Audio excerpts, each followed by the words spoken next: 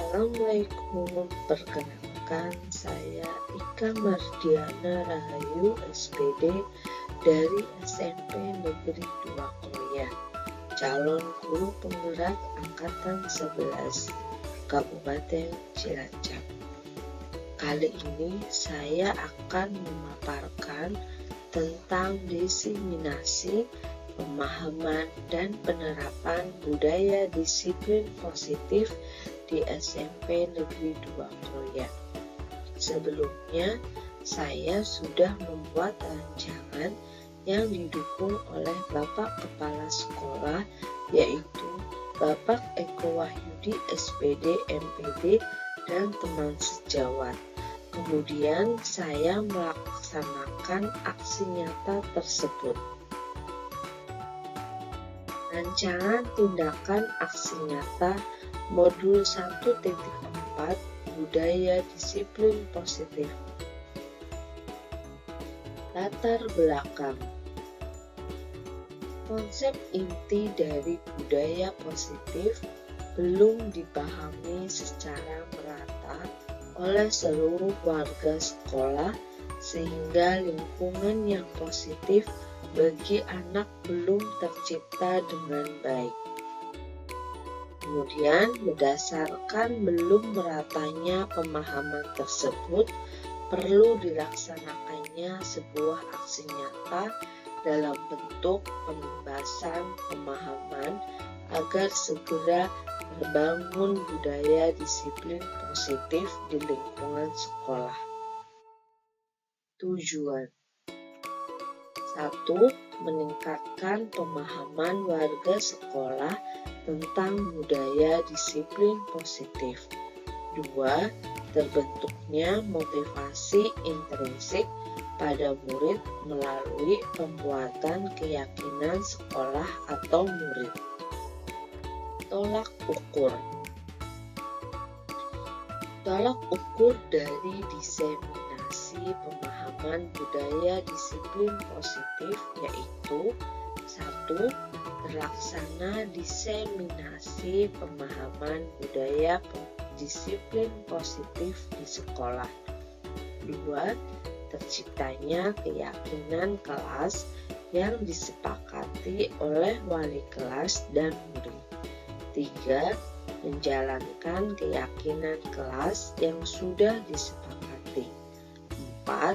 Menyelesaikan masalah murid dengan segitiga restitusi.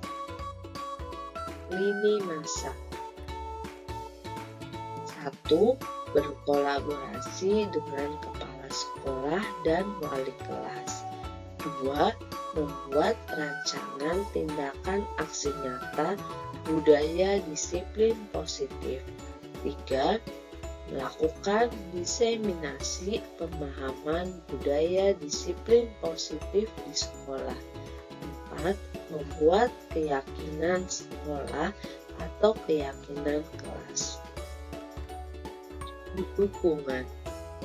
Yang pertama yaitu dukungan kepala sekolah dan rekan sejawat. Yang kedua, wali kelas dan guru BK. 3. Murid. 4. Sarana prasarana seperti misalkan proyektor. Berikut undangan dan daftar hadir.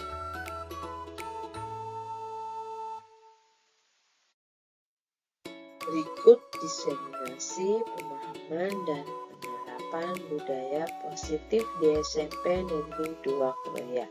Selamat menyaksikan.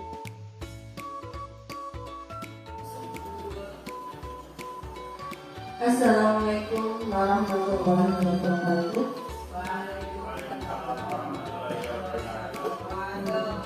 Terima kasih Bapak Ibu semuanya. Di sini saya akan menyampaikan tentang dimensi budaya positif. Sebelum kita ke dimensi budaya positif, marilah kita menyanyikan lagu Indonesia Raya. Silakan Bapak Ibu guru berdiri semuanya.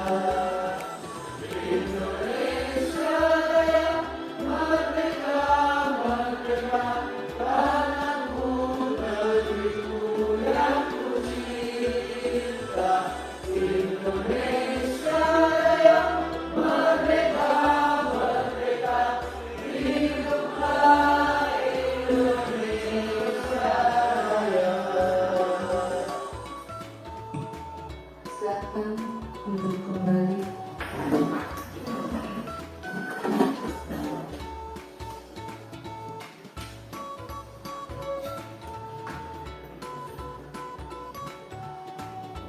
Sebelum kita mulai penyampaian dimensi budaya positif, kita pantun dulu ya, Bapak Ibu. Nanti bilang sakom ya. Jalan-jalan ke Bekasi, mampir-mampir ke bandara. Ayo ikut acara diminasi. Ilmu bertambah, hati gembira.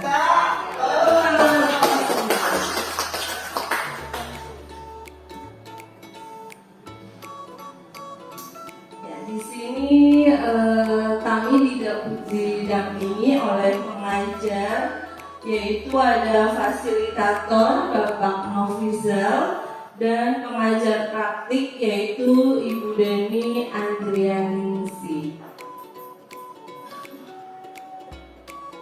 Untuk penyampaian dimensi kita buat kesepakatan dulu ya, yaitu yang pertama mengikuti kegiatan dengan gembira. Sepakat ya Bapak Ibu? Kita harus gembira dulu, semangat ya. Terus yang kedua, bebas berpendapat. Sepakat? Ya. Silahkan Bapak Ibu nanti bisa berpendapat ya. Terus yang ketiga, saling menghargai dan menghormati pendapat orang lain. Sepakat? Yang keempat, mendengarkan ketika orang lain berpendapat. Yang kelima, apabila berpendapat silakan mengangkat tangan. Ya, dari 5 kesepakatan kita ini mungkin ada yang mau menambah atau sudah cukup Bapak Ibu? Cukup ya. Ya, baik. Di sini konsep inti budaya positif itu ada 8, yaitu yang pertama ada perubahan paradigma belajar, yang kedua yaitu ada disiplin positif, terus yang keempat itu ada nilai-nilai kebajikan, yang keempat kebutuhan dasar manusia. Yang berikutnya motivasi perilaku manusia, posisi kontrol guru, keyakinan kelas, dan berikutnya yaitu ada segitiga restitusi. Nanti yang akan kita bahas hari ini ya.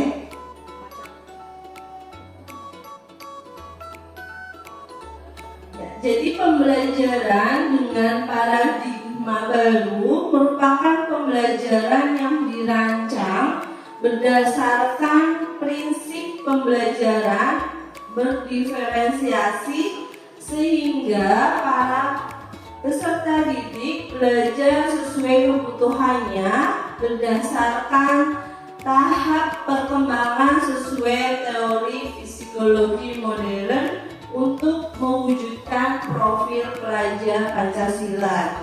Jadi pembelajaran di sini menggunakan paradigma baru itu kita menuju ke profil pelajar Pancasila. Profil pelajar Pancasila ada apa aja ya Bapak Ibu guru semua? Iya, ada bergotong royong, terus ada mandiri, bernalar kritis, kreatif, beriman dan bertakwa, berkebinekaan global. Ya, itu adalah profil pelajar Pancasila. Terus di sini ada miskonsepsi teori kontrol, yaitu yang pertama ada ilusi guru mengontrol muridnya. Terus yang berikutnya yaitu ilusi bahwa semua penguatan positif, efektif dan bermanfaat ya. Terus berikutnya yaitu ada ilusi bahwa kritik dan membuat rasa bersalah mampu menguatkan karakter. Berikutnya yaitu ada ilusi bahwa orang dewasa berhak memaksa. Itu adalah miskonsepnya. Terus di sini ada misalkan bila kita ingin membuat kemajuan perlahan atau sedikit-sedikit, kita itu harus ubahlah sikap atau perilaku kita sendiri. Ya, mulai dari itu.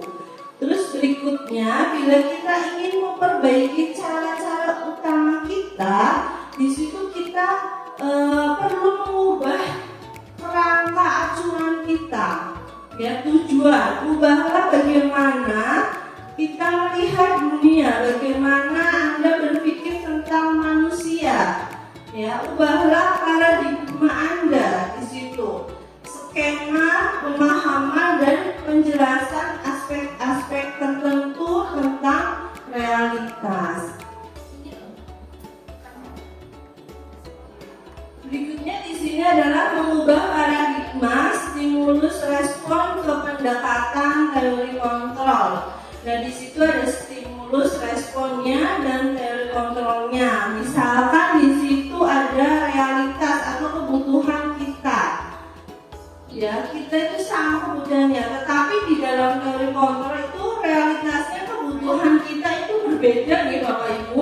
Mungkin Bu Eli sama Bu Kris berbeda kebutuhannya ya. Kita menganggapnya misalkan kebutuhannya kita sama, ternyata di teori kontrol atau realitas kebutuhan ternyata kita berbeda. Itu adalah salah satu contohnya.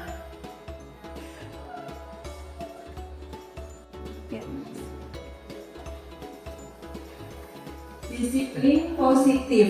Ya, disiplin positif di sini menurut Dian Goes dalam bukunya yaitu menyatakan bahwa arti dari kata disiplin berasal dari bahasa Latin. Disiplin yang artinya itu belajar. Kata disiplin juga berasal dari akar kata yang sama dengan disiplin atau murid atau pengikut ya. Terus berikutnya yaitu disiplin positif juga penanaman motivasi intrinsik kepada murid untuk menjadi orang yang mereka inginkan dan menghargai diri sendiri dengan nilai-nilai yang mereka percaya sehingga tidak akan terpengaruh pada adanya hukuman atau hadiah. Sebagai pendidik, tujuan kita adalah menciptakan anak-anak yang memiliki disiplin diri, sehingga mereka bisa berperilaku dengan mengacu pada nilai-nilai kebajikan universal dan memiliki motivasi intrinsik. Jadi pada dasarnya kita menciptakan kepada murid itu disiplin dari diri sendiri ya, tanpa kita harus memberi aba-aba sudah dia disiplin, nah seperti itu.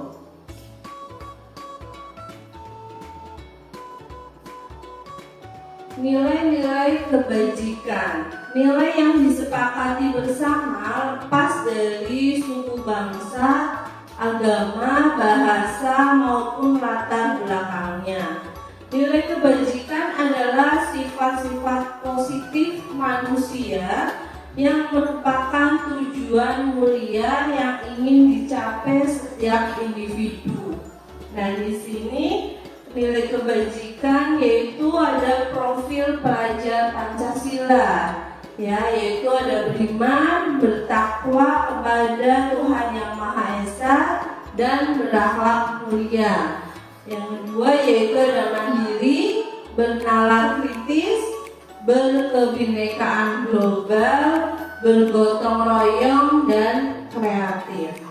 Berikutnya yaitu ada IBO atau primary years program ya, yaitu sikap murid. Nah, sikapnya bagaimana di sini adalah toleransi, rasa hormat, integritas, mandiri, menghargai, antusias, empati, keingintahuan, kreativitas, kerjasama, percaya diri, dan komitmen.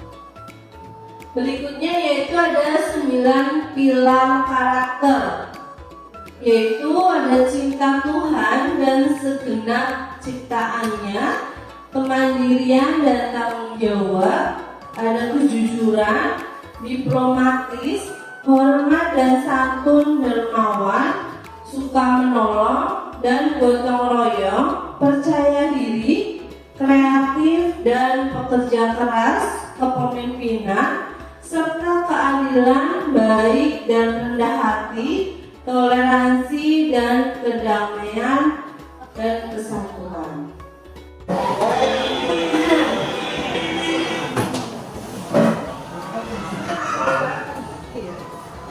Ya, berikutnya kita ice breaking dulu ya Bapak Ibu, silakan berdiri semuanya, kita relax, kita bahagia dengan kesepakatan yang tadi ya. Silakan kalian gerakan Bapak Ibu tangan ya.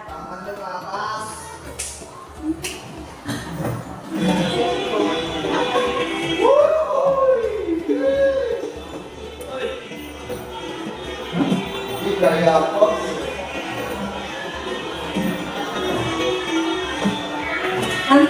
Putar-putar. Boleh sambil nyanyi. Tangan diputar-putar. Tangan diputar-putar.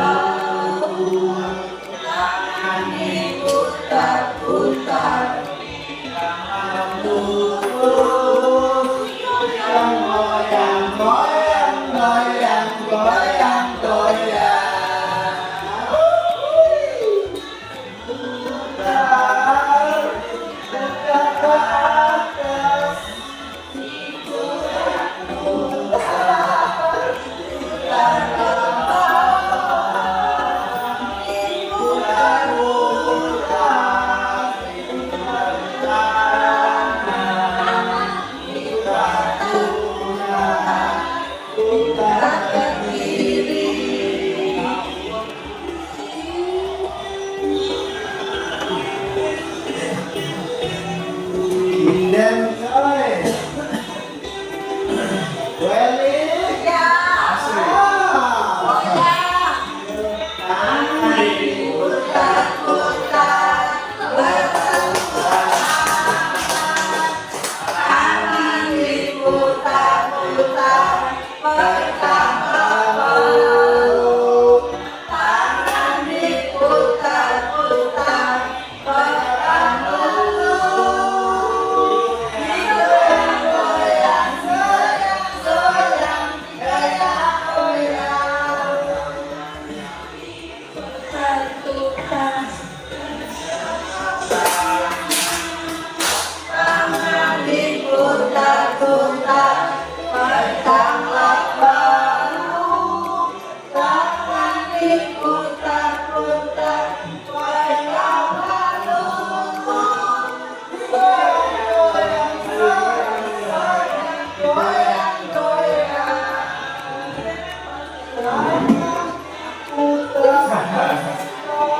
Putar ke atas. Silakan duduk kembali Bapak Ibu semuanya. Gimana setelah speaking tadi udah relax lagi ya? Iya, udah seger lagi ya. Ngantuk hilang. Oh, ngantuknya udah hilang ya. Sekarang lanjutkan lagi, yaitu ada yang namanya hukuman, konsekuensi, dan restitusi. Apakah itu? Nah, kita belajar bersama.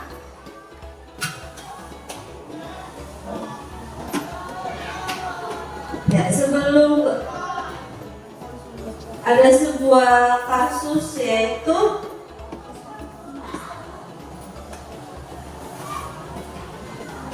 ya, sebelum ke hukuman restitusi tadi kita ada sebuah kasus dulu ya, Bapak Ibu, yaitu di sini ada sebuah kasus yaitu tentang Iva yang kurang menguasai pelajaran matematika, sehingga pada saat pelajaran tersebut berlangsung dia lebih banyak berdiam diri atau menggambar di buku pelajarannya. Pada saat guru matematikanya yaitu Pak Seno menanyakan pertanyaan Iva menjadi gugup dan tak sengaja menjatuhkan tasnya dari kursi, serta tiba-tiba menjadi gagap pada saat berupaya menjawab. Seluruh kelas pun tertawa melihat perilaku Iva yang bicara tergagap dan terkejut tersebut.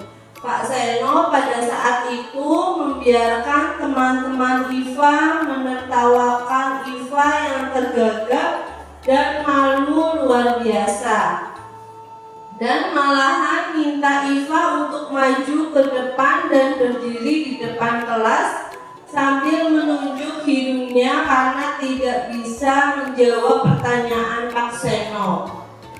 Kelas makin gaduh dan anak-anak pun tertawa melihat Iva di depan kelas memegang ujung hidungnya.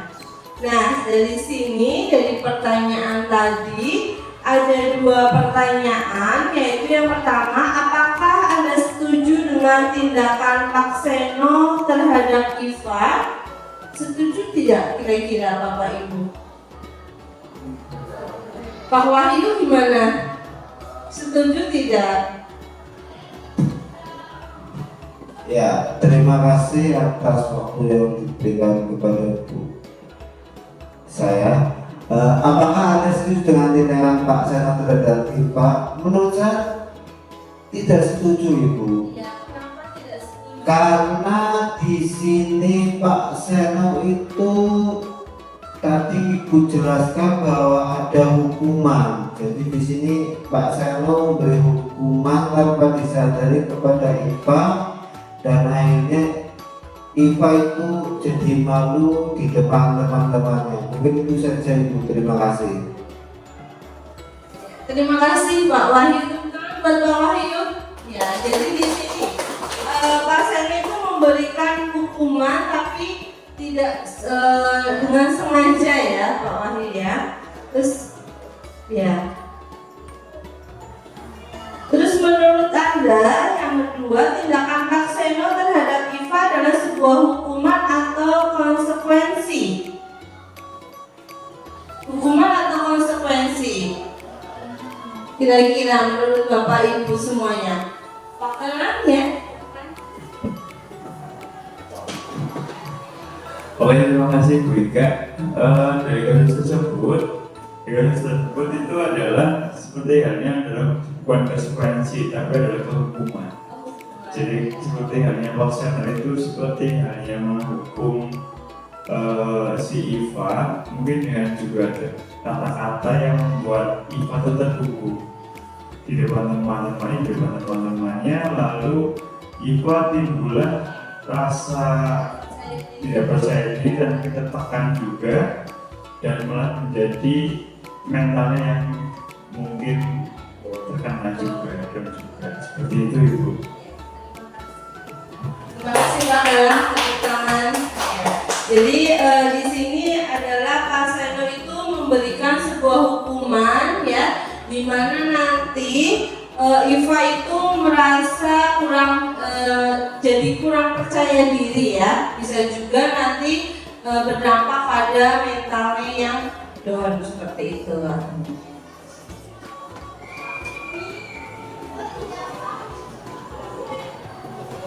Ya, kita lihat di sini ada identitas gagal, hukuman, dan identitas sukses, disiplin, yaitu ada konsekuensi dan restitusi. Nah, di sini hukuman misalkan sesuatu yang menyakitkan harus terjadi. Nah, itu kalau kita memberikan hukuman ya, tidak nyaman untuk murid juga, terus tidak merasa adil, mungkin seperti itu juga bisa. Terus kalau disiplin atau konsekuensi, yaitu sesuatu harus terjadi, tidak nyaman untuk murid atau anak untuk jangka waktu pendek. Terus kalau misalkan restitusi, yaitu merupakan pilihan menguatkan untuk murid atau anak dalam jangka waktu panjang, terus korban mendapatkan gantinya, misalnya seperti itu. Itu adalah identitas gagal atau identitas sukses.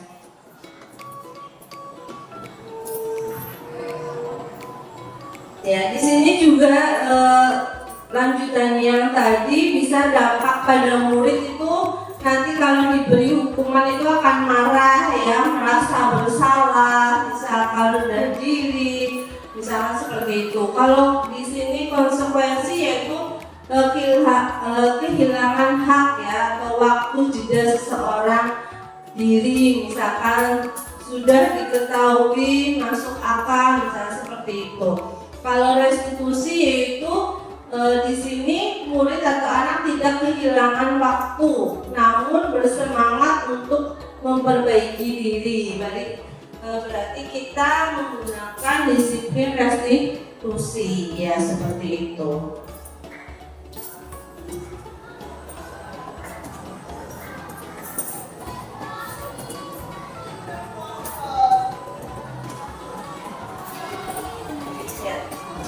Di sini kita mengenal hukuman. Apa sih hukuman itu? Nah, hukuman ini bersifat tidak terencana atau tiba-tiba ya. Jadi kita mungkin tidak sadar kalau kita itu memberikan sebuah hukuman ya. Anak atau murid tidak tahu apa yang akan terjadi dan tidak dilibatkan. Hukuman bersifat satu arah dari pihak guru yang memberikan, dan murid hanya menerima suatu hukuman tanpa melalui suatu kesepakatan atau pengarahan dari bapak ibu guru, baik sebelum atau sesudahnya. Hukuman yang diberikan bisa berupa fisik maupun psikis, atau murid atau anak disakiti oleh suatu perbuatan atau kata-kata. Nah, di sini kira-kira Bapak Ibu boleh tidak kita memberikan hukuman? Tidak ya, kita tidak boleh memberikan suatu hukuman nanti seperti tadi yang diberikan Pak siapa? Pak Seno ya, di situ nanti akan menimbulkan anak itu tidak percaya diri ya, akan minder nanti seperti itu. Yang berikutnya yaitu ada konsekuensi. Apa sih konsekuensi itu? Konsekuensi itu bersifat sudah terencana atau sudah disepakati, sudah dibahas dan disetujui oleh murid dan guru.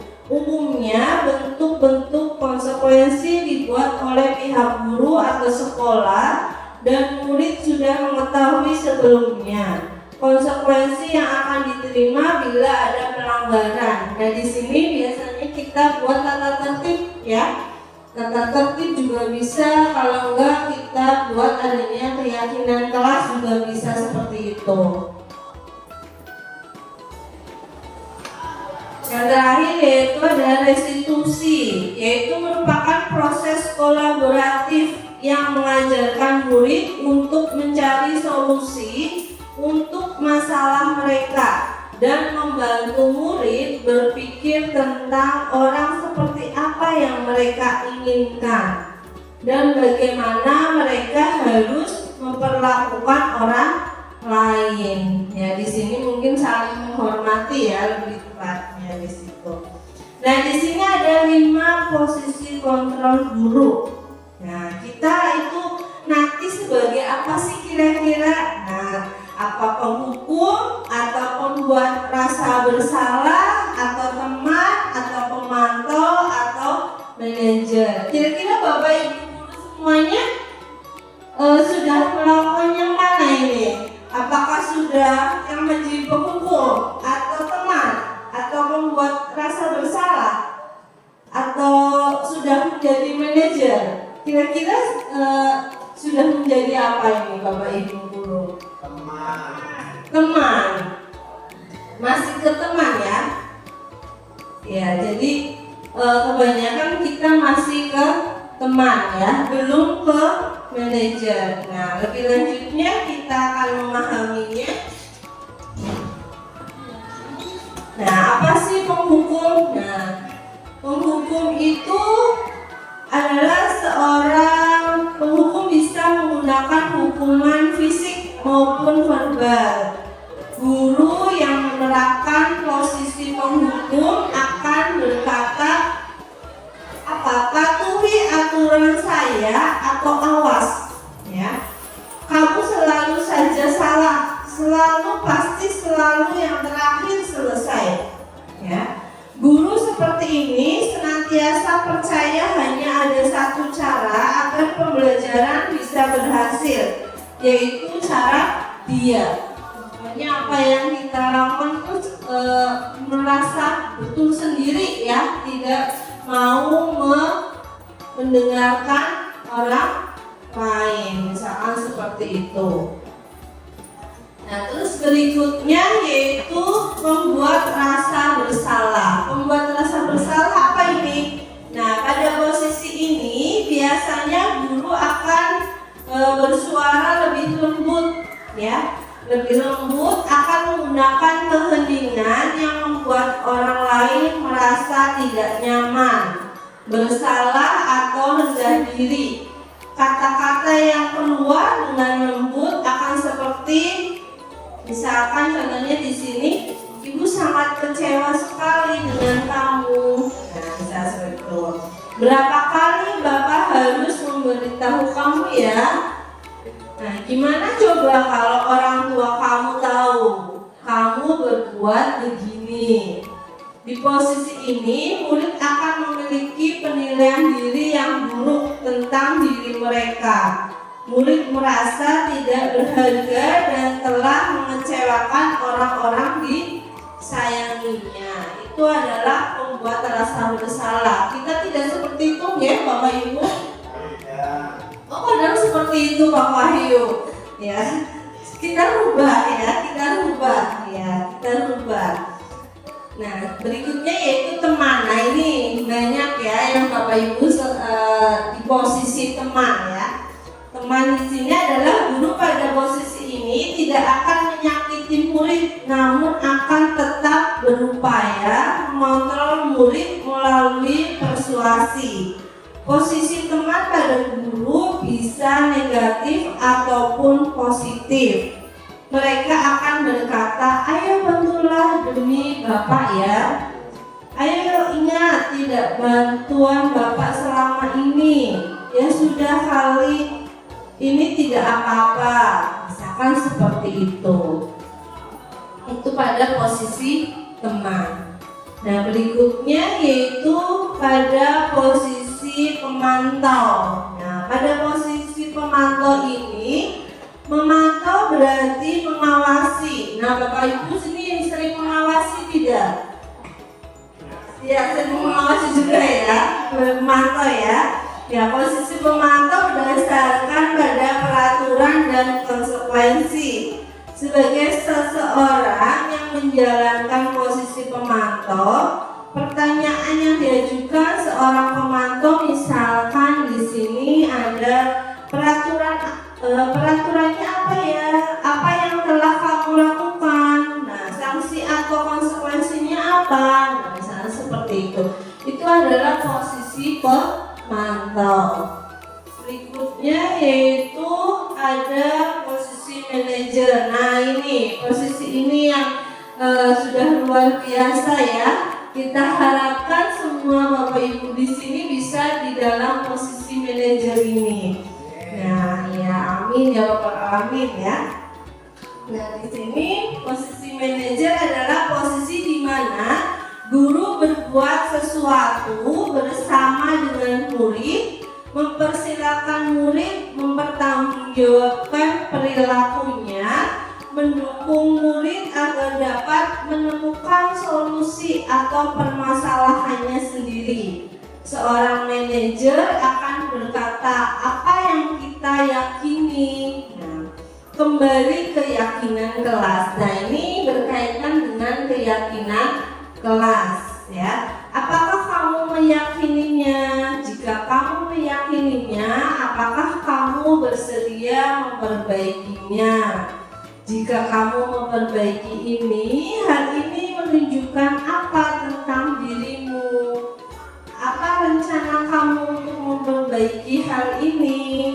Bila kita menginginkan murid-murid kita menjadi manusia yang merdeka, mandiri dan bertanggung jawab, maka kita perlu mengacu kepada restitusi yang dapat menjadikan murid kita seorang manajer. Nah, jadi posisi manajer itu posisi yang udah dinanti-nanti ya Bapak Ibu. Jadi ada tahapan-tahapannya ya, tidak langsung menghukum atau kita hanya sebagai pemantau saja, misalnya seperti itu. Nah, ini ada contohnya di sini, ada motivasi eksternal, yaitu misalkan penghukum ya. Di situ misalkan menghardik, menunjuk, misalkan menyakiti, menyindir, misalnya seperti itu. Kalau membuat merasa bersalah, di situ ada berceramah, misalkan menunjukkan kekecewaan yang mendalam. Terus ada teman, membuatkan alasan-alasan, memantau, misalkan menghitung dan mengukur kesalahan-kesalahan yang ada pada murid, misalnya seperti itu. Manajer, nah ini mengajukan pertanyaan-pertanyaan yang nantinya anak bisa bertanggung jawab atas kesalahannya.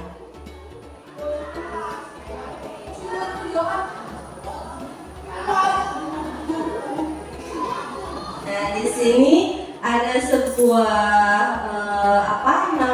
pertanyaan yang menurut Bapak Ibu ini termasuk apa? Posisi kontrol. Apakah saya kecewa sekali dengan kamu? Ini termasuk apa? Pembuat rasa bersalah. Ya, terus berikutnya.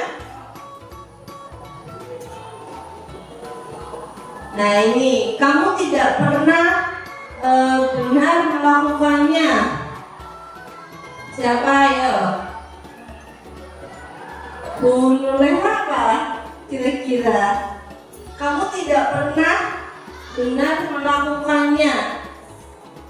Termasuk apa ini? Posisi kontrolnya. Menghukum, membuat masa bersalah atau apa ini? Yang tadi membuat rasa bersalah. Kamu tidak pernah benar melakukannya, ya. Terus berikutnya, nah, apa rencanamu untuk menyelesaikan masalah ini? Pakai Rika apa coba? Apa rencanamu untuk menyelesaikan masalah ini? Kira-kira apa? Memantau, ya. Bisa juga nyantol. Terus berikutnya, ayolah lakukan demi Bapak Ibu. Ini apa tadi? Apa? Merasa bersalah.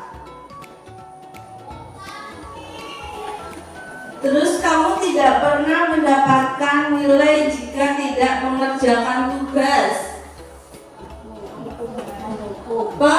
Hukum. Mengapa keyakinan kelas bukan peraturan kelas? Nah, kita ke keyakinan kelas. Bapak Ibu pasti sudah membuat keyakinan kelas ya di kelas masing-masing. Sudah, ya. Oh, ada yang bukan wali kelas, ya. Berikutnya, nah di sini kita bahas tentang keyakinan kelas. Keyakinan kelas itu apa? Keyakinan kelas itu bersifat lebih abstrak daripada peraturan yang lebih rinci dan konkret. Keyakinan kelas berupa pertanyaan-pertanyaan yang universal ya. Pertanyaan keyakinan kelas senantiasa dibuat dalam bentuk positif. Keyakinan kelas hendaknya tidak terlalu banyak sehingga mudah diingat dan dipahami oleh semua warga kelas. Keyakinan kelas sebaiknya sesuatu yang dapat diterapkan di lingkungan tersebut. Semua warga kelas hendaknya ikut berkontribusi dalam pembuatan keyakinan kelas lewat kegiatan curah pendapat, bersedia meninjau kembali keyakinan kelas dari waktu ke waktu. Jadi di sini keyakinan kelas itu dibuat oleh semua warga kelas ya. Silakan boleh semua warga kelas itu berpendapat. Dan di sini ada contoh ya pembuatan keyakinan kelas di kelas 7G. Kebetulan saya sebagai wali kelasnya. Di situ saya sudah membuat tentang keyakinan kelas. Nah, di situ ada yaitu di sini keyakinan kelasnya yaitu ada disiplin, ya ada tugas, tertib, beriman, kebersihan dan bersikap. Nah, ini adalah contoh-contoh dari keyakinan kelas. Semua boleh berpendapat. Nah, di sini kita akan bahas mengenai segitiga restitusi, yaitu suatu proses dialog yang dijalankan oleh guru agar dapat menghasilkan murid yang mandiri dan bertanggung jawab. Nah, di sini ada segitiga restitusinya, yaitu ada di sini ada menstabilkan identitas, ya. Terus ada validasi tindakan yang salah, terus menanyakan keyakinan. Nah itu. Terus di situ ada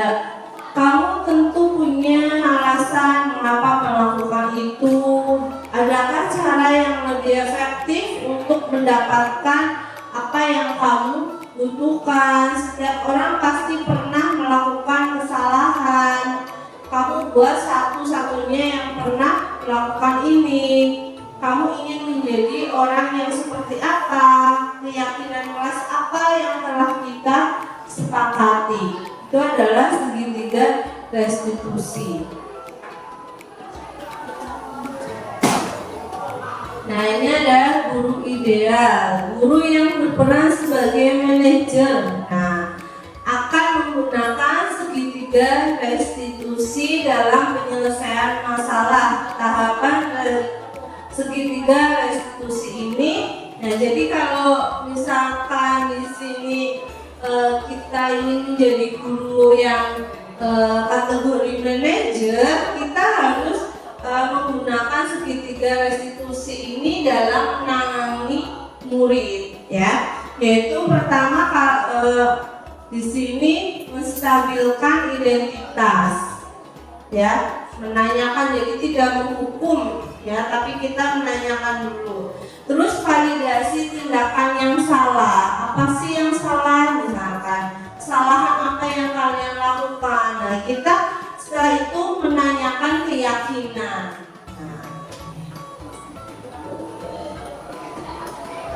Ya, apa sih menstabilkan identitas? Nah, menstabilkan identitas itu adalah berdasarkan prinsip membuat kesalahan adalah bagian dari proses pembelajaran, yaitu ada berbuat salah itu tidak apa-apa, tidak ada manusia yang sempurna. Nah, kita terlebih dahulu seperti itu, ya, tidak langsung kamu ini, nah, tidak seperti itu.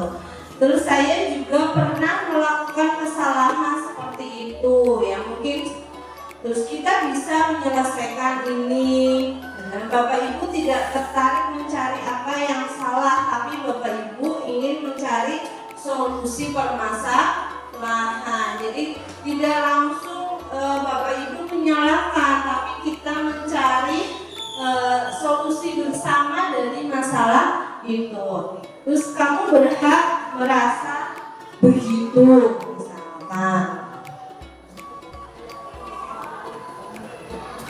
Berikutnya yaitu validasi tindakan yang salah. Berdasarkan prinsip, setiap tindakan kita dilakukan dengan suatu tujuan, yaitu memenuhi kebutuhan dasar. Nah, contohnya di situ kamu pasti punya alasan mengapa melakukan hal itu.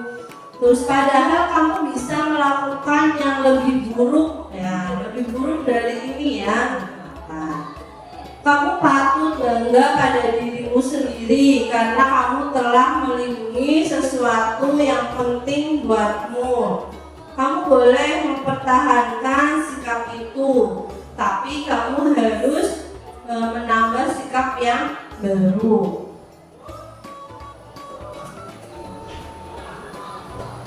Nah, hanya itu menanyakan keyakinan. Nah, menanyakan keyakinan ini berdasarkan prinsip yaitu kontrol bahwa pada dasarnya kita termotivasi secara intrinsik, ya. Nah, di sini apa keyakinan kelas kita? Nah, kita kembalikan lagi ke murid, ya. Terus nilai-nilai apa yang telah disepakati bersama? Seperti apa gambaran sebuah kelas yang ideal menurut kamu? Kamu mau jadi orang yang seperti apa? Dan di sini saya sudah melakukan itu, ya, sudah melakukan segitiga restitusi, yaitu tentang di sini ada seseorang, ya, itu yang bernama Sulis, yaitu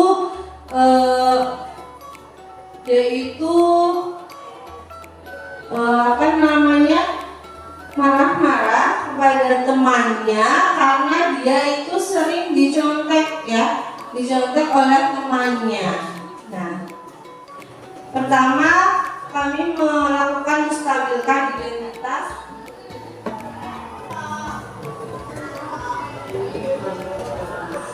Silakan Bapak Ibu bisa dikeraskan.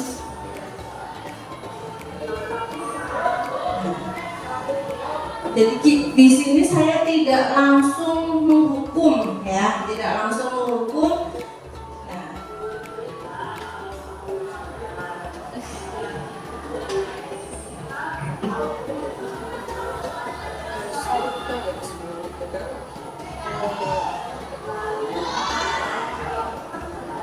Nah, ini validasi tindakan yang salah ya.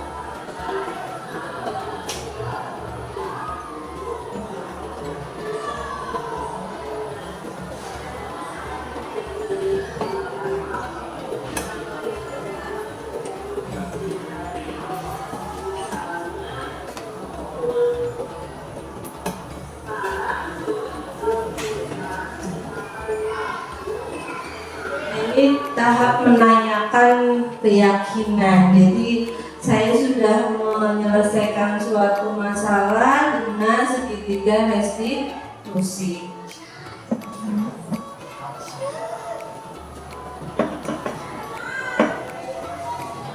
Ya, jadi kesimpulannya yaitu untuk dapat terlaksanakan visi dengan baik dan mewujudkan merdeka belajar dalam profil pelajar Pancasila, tentunya sekolah harus mampu menjadi taman yang dapat memberikan rasa aman dan nyaman serta suasana yang kondusif bagi warga sekolah. Guna mewujudkan hal tersebut, sekolah harus mampu menumbuhkan yang namanya budaya positif.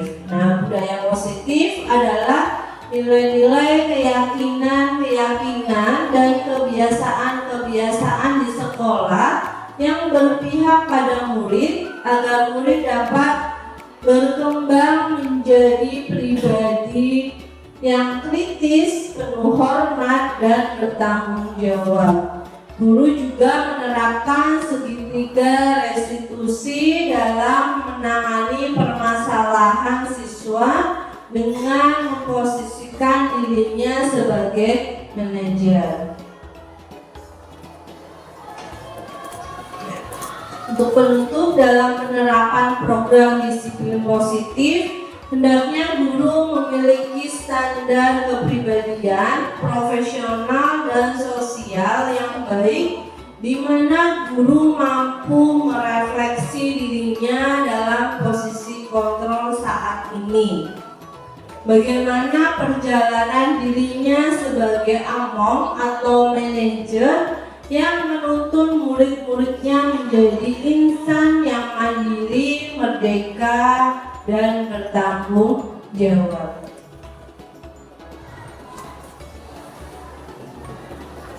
Ya, demikianlah mengenai budaya positif. Terima kasih Bapak Ibu semuanya.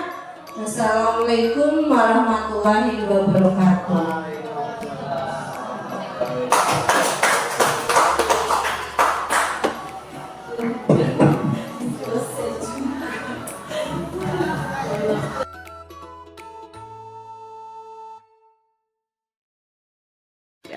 Assalamualaikum warahmatullahi wabarakatuh.